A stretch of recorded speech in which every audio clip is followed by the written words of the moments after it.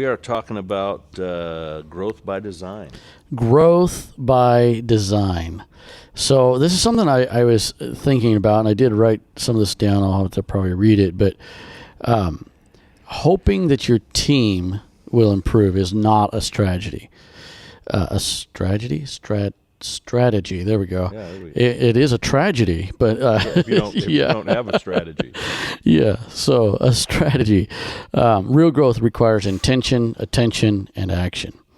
So the difference between good teams and great teams is often not in how much potential they might have, but it's in their approach to growth.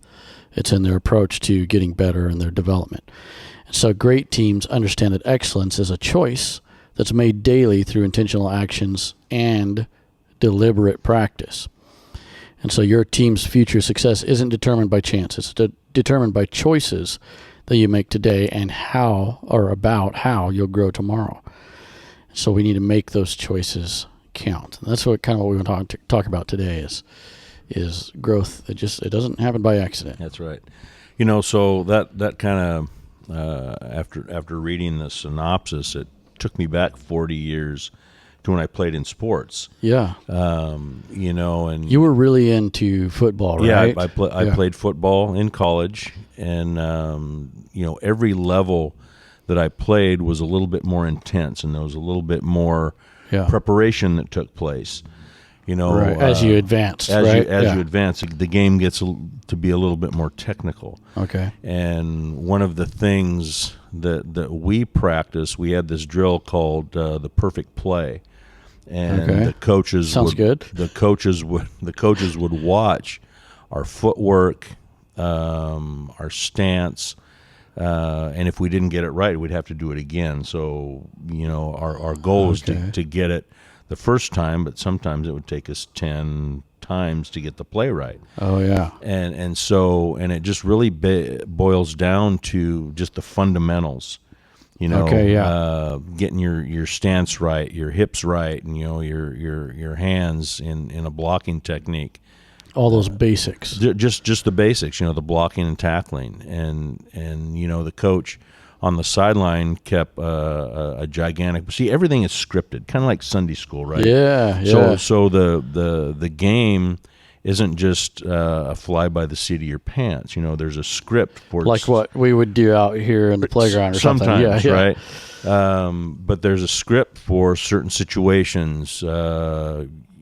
Second and short, second and long. There's plays that we practice for those situations. Mm-hmm. And in relating to Sunday school, we've done this a long time, and sometimes if we don't practice good, you can tell. Yes. And we've all, and because we've been doing it a long time, we kind of rest on our laurels, right? Yeah, we can get away with it, right? Sometimes too.